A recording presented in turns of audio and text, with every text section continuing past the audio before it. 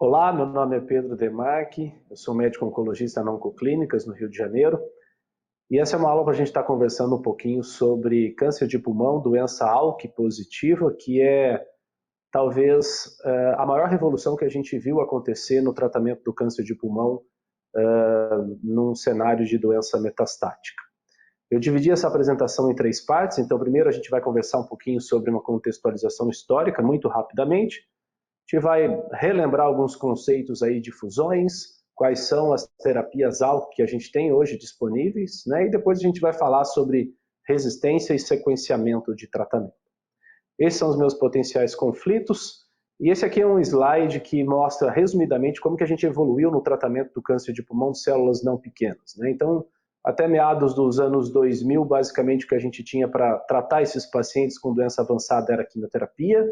A sobrevida mediana desses pacientes era de apenas 8 meses, e isso felizmente começou a mudar a partir de 2009, 2010, com o advento da terapia alvo molecular.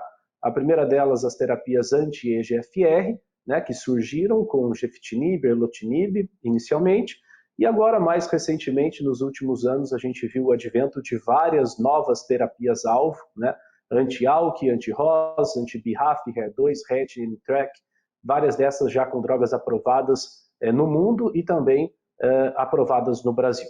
Mas o foco aqui vai ser a doença ALK positiva, né? E para falar de ALK, a gente primeiro tem que entender o que é o ALK, né? O ALK é um gene que codifica uma proteína, uma proteína transmembrana chamada RTK, que funciona, na verdade, através da interação da sua parte externa com o seu ligante. Então, o ligante interage com a parte externa do receptor, essa interação vai ativar a parte interna do receptor, que é uma tirosinoquinase. Tirosinoquinase, só lembrando, nada mais é do que uma proteína com a capacidade de ativar uma segunda proteína.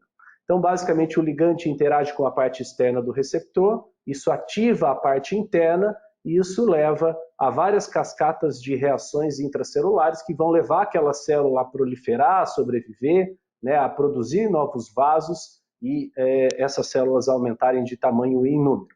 E essa é uma proteína que está presente em vários tecidos do corpo, né? No sistema nervoso central, nos testículos, no intestino delgado.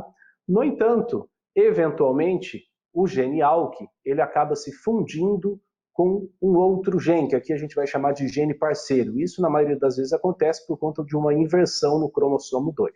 Então, basicamente, aquela porção codificante, né, da tirosinoquinase do gene ALK se funde com outro gene, e isso vai gerar uma proteína aberrante, que tem aquela proteína quinase constitutivamente ativada, então ela fica sinalizando, né, indefinidamente para aquela célula proliferar, e assim a gente vai ter a formação do câncer de pulmão. No entanto, essas fusões ALK elas não ocorrem só em câncer de pulmão, tem vários outros tumores onde elas podem ser encontradas. Aqui está uma tabela com os principais, alguns desses tumores com uma frequência bastante alta de fusões de ALK, como por exemplo os tumores miofibroblásticos, né, que são muito raros, mas 50% desses tumores apresentam fusão de ALK, os linfomas de grandes células anaplásicos, né, 55% com fusões de ALK, outros tumores sólidos, né, com uma frequência bem mais baixa, e o câncer de pulmão de células não pequenas, com uma frequência aí em torno de 3, 7%. No Brasil, nós temos algo em torno de 4% de não pequenas células positivos para ALK. Os parceiros do ALK são vários, né, mas o mais frequente, disparadamente, é o GNML4. Inclusive, existem algumas variantes, né, a fusão ALK-ML4 não é sempre igual, existem algumas variantes, e existe uma certa diferença de sensibilidade dessas variantes de acordo com os diferentes inibidores ALK, mas esses são detalhes que a gente deixa para um segundo momento para a gente estar conversando. Fenótipo do paciente com doença ALK, né? Adenocarcinoma de pulmão, em geral são pacientes mais novos, a média de idade é em torno de 10 anos menor do que a média de pacientes com câncer de pulmão sem fusão de ALK, né? Em torno de 50 a 55 anos, e caracteristicamente são pacientes não tabagistas ou pacientes que fumaram muito pouco ao longo da vida. Entrando na parte de terapias anti-ALK, né, a gente divide as terapias anti-ALK em gerações. Então, basicamente, a gente tem apenas uma terapia de primeira geração, que foi a primeira que surgiu, que é o crizotinib, as de segunda geração, as principais pelo menos, ceritinib, alectinib e brigatinib, e apenas um inibidor de terceira geração, o mais novo de todos, o lorlatinib, que aparentemente tem a maior capacidade de inibir o ALK de todas essas drogas que a gente acabou de comentar. Todas essas drogas são aprovadas pela agência americana e no Brasil 4 terapias anti-ALK estão aprovadas em primeira linha e a gente vai comentar um pouquinho sobre essas 4 drogas, qual é a eficácia, quais as indicações, quais os eventos adversos e o que a gente espera com esse tipo de tratamento. Então, focando na primeira linha de tratamento, eu queria destacar 4 principais estudos. O primeiro deles é o Profile 1014, que foi o que abriu aí as portas, né, para o tratamento da doença ALK com o inibidor de tirosina quinase. Esse é um estudo de fase 3 que selecionou pacientes com ALK positivo de acordo com o FISH, né, pacientes virgens de tratamento, performance 0 a 2, e esses pacientes foram randomizados para criso versus quimioterapia, que na época era um padrão de tratamento, o endpoint primário sobrevida livre de progressão. Aqui o desfecho primário do estudo, mostrando ganho inequívoco a favor de crizotinib, com hazard de 0,45 e uma mediana em torno aí de 11 meses. Vocês vão ver que a gente vai falar várias vezes dessa mediana de sobrevida de crizotinib, 11 meses na primeira linha, visto que crizotinib, a partir desse estudo, passa a ser o braço controle dos próximos estudos que a gente vai estar comentando. Taxa de resposta melhor com crizotinib, 74%, versus 45% com quimioterapia. Criso passa a ser, a partir do Profile 1014, o novo padrão de tratamento da doença, isso em meados de 2014. Como eventos adversos, os efeitos visuais do crizotinib são clássicos, né? A grande parte desses pacientes vai apresentar algum distúrbio visual, e são vários esses distúrbios visuais. Aqui as figuras destacam 2 desses exemplos, né? Essas trilhas de luzes, né, que os pacientes eventualmente referem. Muitos pacientes se queixam de ter dificuldade de focar, né, a visão quando sai de um ambiente escuro para um claro para o escuro.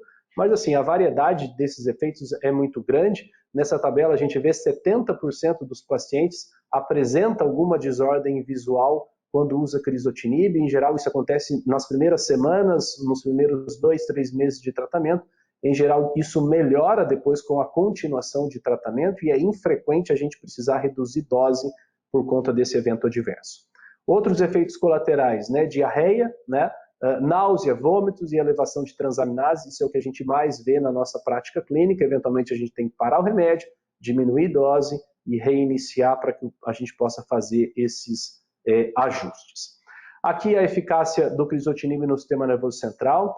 Vejam à esquerda um gráfico de pacientes com metástase cerebral que não tinham recebido radioterapia, com um tempo, né, para progressão, sobrevida livre de progressão intracraniana de 7 meses, e esse tempo é elevado para 13 meses quando esses pacientes recebem radioterapia, mostrando que talvez o efeito da radioterapia cause alguma alteração na barreira hematoencefálica e facilite a penetração aí da droga e melhore o resultado do tratamento com crizotinib em relação a essas metástases cerebrais.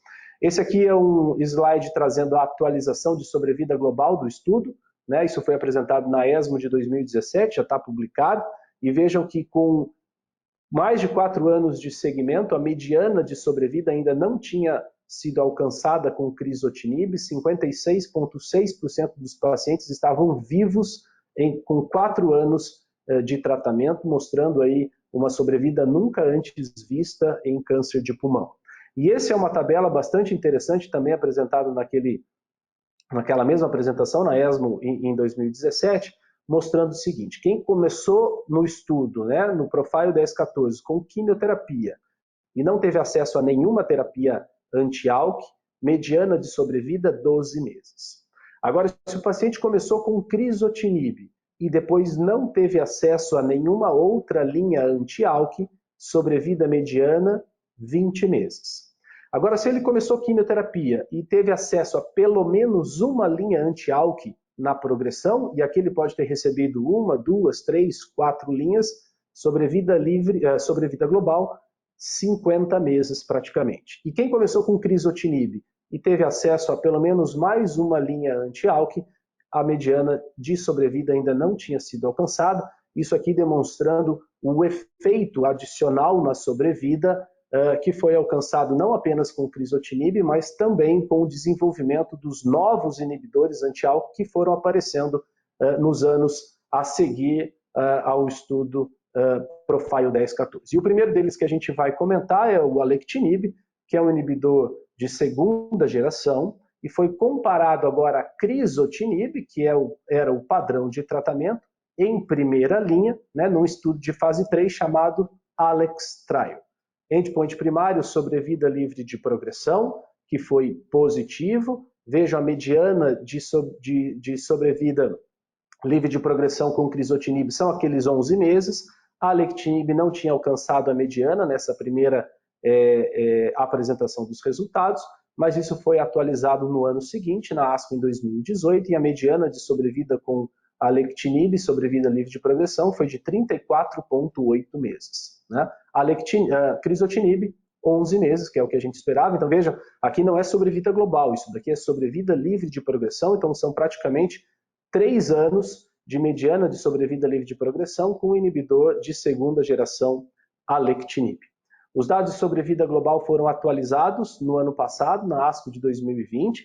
Veja a sobrevida global, a taxa de sobrevida em 5 anos foi de 62% para alectinib versus 45% com crizotinib. A mediana com alectinib ainda não tinha sido alcançada e a mediana com crizotinib na primeira linha foi de 57,4 meses. Claro que isso daqui não é só crizotinib atuando, são, de novo, é o efeito, novamente, desses novos anti-ALK que foram surgindo nos anos subsequentes. Né? Taxa de resposta alta nos dois braços, em torno de 75% a 80%, mostrando aí uma alta eficácia de ambas as drogas, mas a alectinib se mostrando melhor do que crizotinib na primeira linha. Brigatinib, um outro inibidor de segunda geração, foi comparado a crizo num estudo de fase 3 chamado ALTA-1L, num desenho muito semelhante ao estudo ALEX, né, tendo também como desfecho primário sobrevida livre de progressão, mais um estudo positivo. Brigatinib foi melhor do que crizo no seu desfecho primário desse estudo e uma mediana 11 meses, novamente, com crizotinib, versus 24 meses com brigatinib. Então veja que a mediana ela parece inferior ao que foi observado com o alectinib, né, na primeira linha, mas se a gente olha o hazard, né, o hazard ele é muito semelhante nos dois estudos, em torno de 0,4, 0,5, e daqui a pouco a gente vai chamar de novo a atenção quando a gente estiver falando de lorlatinib na primeira linha. Taxa aqui sobrevida global ainda imatura, menos tempo aí de segmento, as curvas aparentemente sobrepostas, né? E taxas de sobrevida em 2 anos de 75% nos 2 braços de tratamento. Aqueles pacientes com metástase cerebral se beneficiaram mais de brigatinib do que crizotinib, e essa é uma característica importante desses inibidores de nova geração anti-ALK, que tem uma capacidade de penetrar melhor o sistema nervoso central e tem uma eficácia intracraniana melhor do que o inibidor de primeira geração. E por fim, o estudo do lorlatinib, que hoje é o que a gente vai dar um pouquinho mais de enfoque, né? Que é o estudo CROWN, um estudo de fase 3, que avaliou agora em primeira linha lorlatinib na dose de 100 mg uma vez ao dia, versus crizotinib na dose padrão, 250 mg, 2 vezes ao dia, endpoint primário, sobrevida livre de progressão. Aqui as características clínicas dos pacientes, que são as características usualmente encontradas, né, na doença ALK positiva, mediana em torno de 55 anos, 60 anos, então um pouco mais baixa do que o que a gente costuma ver, um pouco mais de mulheres, né, nos 2 braços do estudo, a maioria pacientes não tabagistas, em torno aí de 60%, e 1/4 dos pacientes, em torno de 25%, com metástase cerebral ao diagnóstico, e todas essas características bem equilibradas entre os 2 braços do estudo. Aqui o desfecho primário, as curvas, né, de sobrevida livre de progressão. Vejo que a mediana com lorlatinib não foi alcançada e a mediana com crizotinib foi em torno aí de 9,3 meses, né? E o hazard, né, que é o que eu queria chamar a atenção, 0,28, aparentemente menor do que o que a gente observou nos estudos anteriores, que eu comentei, que foi da ordem de 0,405. Aqui análise de subgrupos, né? Então, independente do ECOG, do sexo, da idade, né, do status tabágico, né, da histologia, todos os subgrupos, né, foram melhores com lorlatinib do que com crizotinib, e a taxa de resposta com lorlatinib foi melhor com crizotinib, e isso foi estatisticamente significativo, 75% com lorlatinib versus 58% com crizo. Esse talvez seja um dos slides mais interessantes, né, que mostram a taxa de resposta intracraniana. Claro que não são tantos pacientes, uma proporção de pacientes tinha aí metástases, né, dentro do estudo, e a taxa de resposta intracraniana foi avaliada, e veja que com lorlatinib, 66% dos pacientes que tinham lesões intracranianas mensuráveis ou não mensuráveis apresentaram resposta, e quando essa análise é limitada àqueles pacientes que tinham doença mensurável, ou seja, nódulos com pelo menos 1 centímetro, essa taxa de resposta sobe para 82%. Agora, mais interessante que isso é a gente olhar a taxa de resposta completa, né?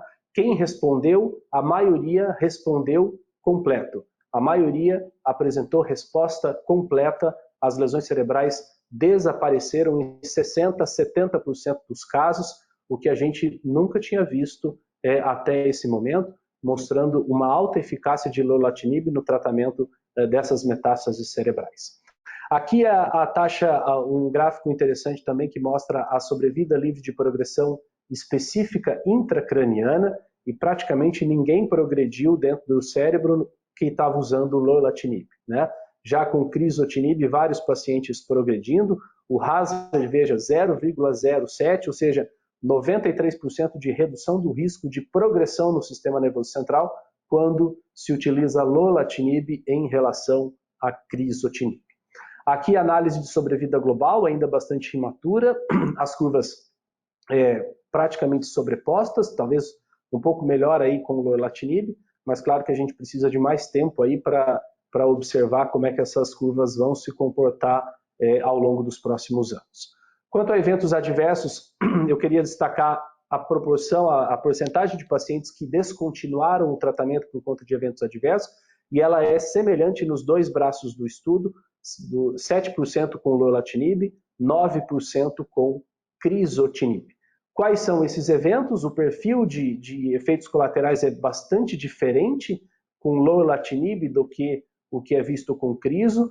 Com lorlatinib, basicamente, a gente tem aumento, né, de colesterol, de triglicerídeo, edema periférico, né, e efeitos cognitivos, que são efeitos bastante diferentes do que a gente costuma ver tanto com químio quanto com outros inibidores anti-ALK.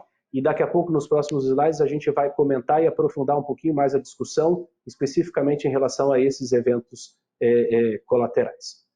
Quando a gente fala de tratamento com terapia anti-ALK na segunda linha de tratamento, ou seja, pós-crizotinib, eu coloquei numa tabela os resultados dos principais estudos, e dentre as 4 drogas, né, inibidores de nova geração, de novo, ceritinib não está aprovado no Brasil. Então, basicamente, a gente tem como opções aprovadas pela Anvisa alectinib, brigatinib e lorlatinib. E se a gente olhar na última coluna dessa tabela, a gente vai ver que se destaca aqui a mediana de sobrevida livre de progressão de brigatinib, com 16,7 meses pós-crizo, e o estudo de lorlatinib, que não tinha alcançado a sobrevida livre de progressão mediana. Olhando um pouquinho em detalhes esses estudos, o estudo ALTA avaliou brigatinib pós-crizo, 2 doses diferentes, né? E nesse estudo se viu que os pacientes tratados com a dose de 180 mg, que é hoje a dose padrão, esses pacientes foram melhor, a curva com 16,7 meses de mediana, versus 9 para quem recebeu metade da dose de 90 mg, e assim 180 mg passou a ser a dose padrão, também por conta de um discreto aumento na taxa de resposta de 56%. Efeitos colaterais de brigatinib também bastante específicos, então diarreia, náusea, aumento de CPK, né? Tem que pedir CPK para quem está sendo tratado com brigatinib, hipertensão e aumento de lipase.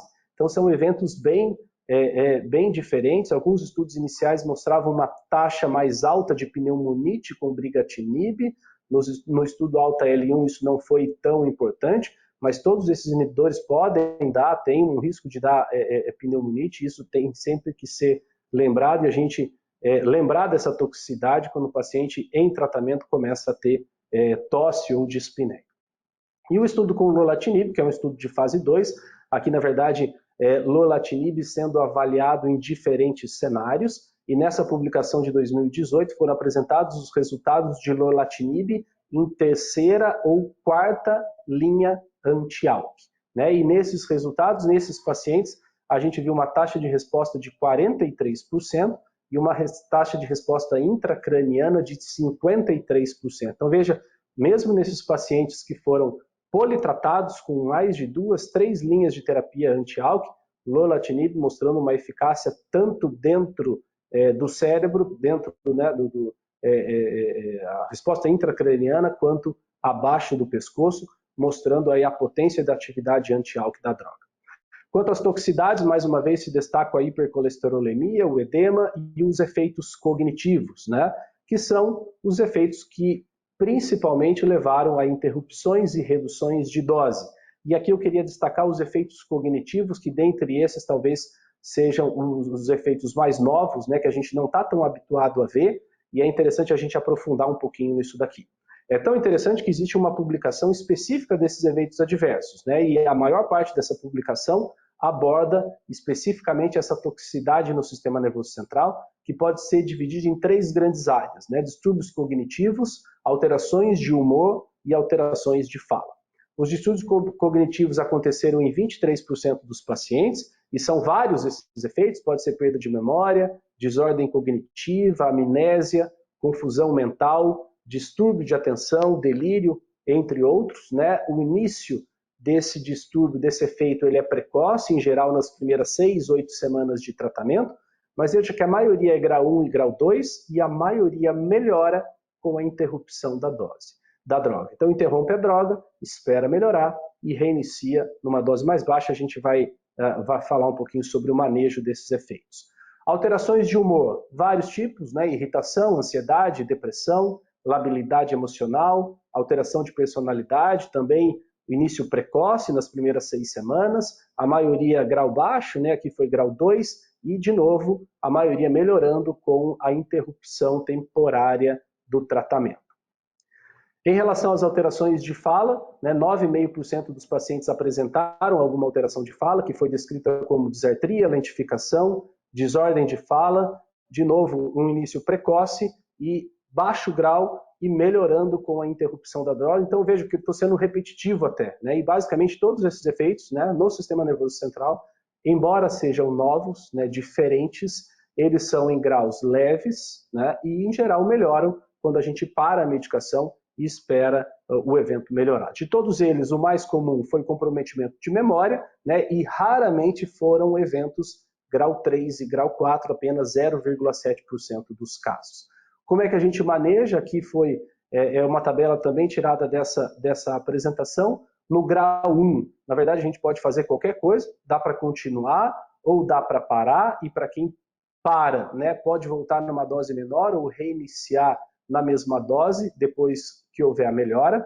No grau 2 e grau 3, faça a parada da medicação, espera baixar para grau 1, quando baixa para menor ou igual a grau 1, reinicia numa dose mais baixa, e no grau 4, a gente não reinicia mais o tratamento.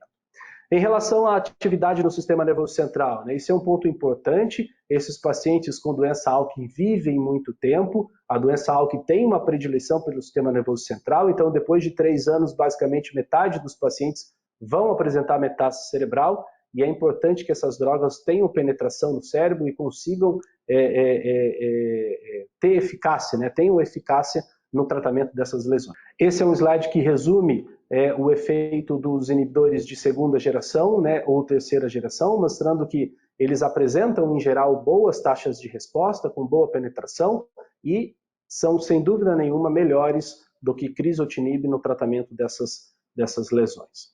Em relação aos mecanismos de resistência, a gente pode dividir em dois grandes grupos, né, aqueles mecanismos dependentes de ALK e aqueles mecanismos independentes de ALK. Os dependentes de ALK basicamente são mutações que surgem no domínio ALK ou então amplificações do gene ALK. Enquanto aqueles independentes do ALK, o off-target, são mecanismos que utilizam vias alternativas, né, que bypassam a via do ALK ou desdiferenciação celular, ou eventualmente existem alguns casos com resistência primária. E esses mecanismos de resistência secundária, eles são diferentes de acordo com o inibidor que está sendo utilizado. Quando a gente usa crizotinib, a maioria dos pacientes desenvolvem mecanismos de resistência que não são dependentes de ALK. Apenas 20 a 30% desses pacientes têm mutações no ALK como mecanismo de resistência e 10% dessas mutações são G1202R, que é uma mutação que eu vou repetir algumas vezes a partir de agora, que é uma mutação que leva à resistência de basicamente todos os inibidores anti-ALK, com exceção do lorlatinib. Quando a gente usa inibidor de segunda geração, a maioria das resistências se dá dentro da via do ALK, então basicamente são mutações no domínio ALK que aparecem, e 35 a 60% são G1202R. E essa proporção parece ser diferente entre esses diferentes inibidores, ceritinib, alectinib e brigatinib. Claro que isso daqui, veja, o número de pacientes nessa publicação ela é pequena, a gente precisa certamente aprofundar mais isso daqui, mas isso começa a nos dar alguns insights em relação a como que a gente pode manejar e como a gente pode sequenciar o tratamento desses pacientes. Essa aqui é uma tabela dessa mesma publicação de 2016, né, em verde, né, mostrando aquelas mutações que são sensíveis aos inibidores, que estão na segunda linha da tabela. Então veja que para lorlatinib, que é a última coluna, nenhuma ou todas as mutações que foram descritas apresentam sensibilidade à droga, inclusive a G1202R, que é resistente ou apresenta alguma resistência com os outros inibidores crizo, ceritinib, alectinib e brigatinib. Como é que a gente sequencia então o tratamento desses pacientes? Basicamente, a primeira coisa que a gente precisa fazer é classificar aquela progressão como sendo oligoprogressão ou não. Se é uma oligoprogressão, em geral, a gente vai fazer uma terapia local ablativa, e se é uma progressão sistêmica, a gente vai trocar de tratamento. E com crizotinib, embora no slide sugira a biópsia, eu particularmente acho dispensável. Eu comentei anteriormente que o principal mecanismo de resistência a crizo é off-target, não depende da via do ALK, mas tamanha é a eficácia desses inibidores anti-ALK de segunda e terceira geração em relação ao crizo, que a maioria desses pacientes vai responder. Então, na progressão a crizotinib, eu acho que não tem que fazer biópsia e a gente tem apenas que trocar de tratamento por por um inibidor de nova geração. Quando a gente começou o tratamento com inibidor de segunda, né, e é uma progressão sistêmica, a biópsia aqui talvez tenha um papel, isso ainda é teórico, né? Teoricamente teria um papel, porque se a gente conseguir identificar qual é o mecanismo de resistência e ele não for dependente de ALK, talvez um tratamento alternativo com químio, combinado ou não à imunoterapia, seja a melhor opção. Agora, se ele for dependente de ALK e a gente souber qual é essa mutação, a gente pode eventualmente selecionar qual é a droga a ser utilizada ou, eventualmente, fechar o olho e dar lorlatinib, porque teoricamente nenhuma das mutações conhecidas, né, que são causadoras de resistência a esses inibidores de segunda, são resistentes a lorlatinib. Esse é um gráfico de um estudo retrospectivo, mostrando a curva em destaque em vermelho daqueles pacientes que receberam inibidores de segunda ou terceira geração, mostrando uma mediana de sobrevida de 89,6 meses, né, que é muito superior àquele primeiro slide que eu mostrei nessa apresentação, em 2002, com 8 meses de mediana, basicamente 11 vezes mais sobrevida que se observou ao longo desses 15 anos do desenvolvimento dessas novas drogas, e esse desenvolvimento ele segue acontecendo.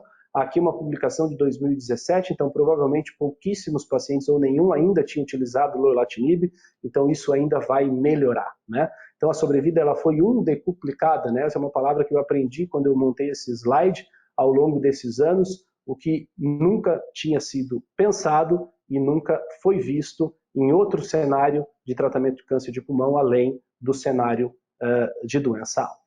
Como conclusões, a terapia-alvo molecular ela revolucionou o tratamento do câncer de pulmão de células não pequenas avançado, né? Essas sobrevidas observadas na doença ALK nunca foram vistas e são as maiores já observadas em câncer de pulmão. Criso, alectinib, briga, lorlatinib estão aprovados em primeira linha no Brasil. A melhor sequência do tratamento e o papel da rebiópsia, a meu ver, ainda é um escopo de investigação, né? E isso vai gerar ainda muita discussão. E os inibidores de ALK de segunda, terceira geração, eles apresentam alta atividade no sistema nervoso central, esse é um ponto importante, são melhores do que crizotinib e são melhores opções do que inibidores de primeira para a gente iniciar o tratamento desses pacientes. Eu agradeço a atenção de vocês, espero que tenha contribuído aí com alguma coisa. Obrigado e até a próxima.